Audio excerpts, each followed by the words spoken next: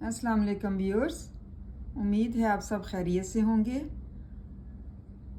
आज हमारा उर्दू ग्रामर में टॉपिक है लफ्ज़ की किस्में। आज हम लफ्ज़ की किस्में पढ़ेंगे। इसकी 2 किस्में हैं और इनके बारे में जानेंगे।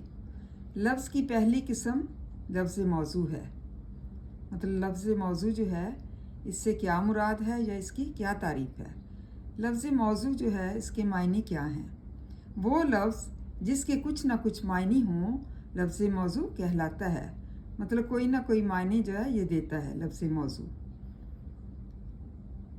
मिसाल के तौर पर खाना, कॉफ़ी, रोटी, कलम, ये तमाम अल्फाज हैं और अगर इनको अलग अलग देखा जाए तो ये एक एक लफ्ज़ है, खाना, कॉफ़ी, रोटी और कलम। और इन अल्फाज की अपनी एक अहमियत है और मतलब निकलता है, इसे लफ्ज़ मौजू कहते हैं। मतलब इनका कोई ना कोई तो मतलब है, इनकी कोई ना कोई अहमियत है, इनकी कोई ना कोई पहचान जो है वो पाई जाती है और वो है लफ्ज़ मौजू। खाना खाया जाता है, पूरी दुनिया में खाया जाता है। कॉफ़ी, हर मुल्क में कॉफ़ी पी जाती है।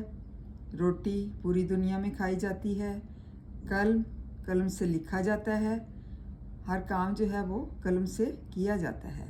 तो ये तमाम अल्फाज जो हैं इनकी अपनी एक अहमियत है, अपनी एक पहचान है और इनका कोई ना कोई मतलब जो है वो निकलता है, इसलिए इनको लफ्ज़ मौजू कहा जाता है। उम्मीद है आपको लफ्ज़ मौजू की समझ आ चुकी होगी। थैंक यू एंड जज़ाकल्लाह खैर।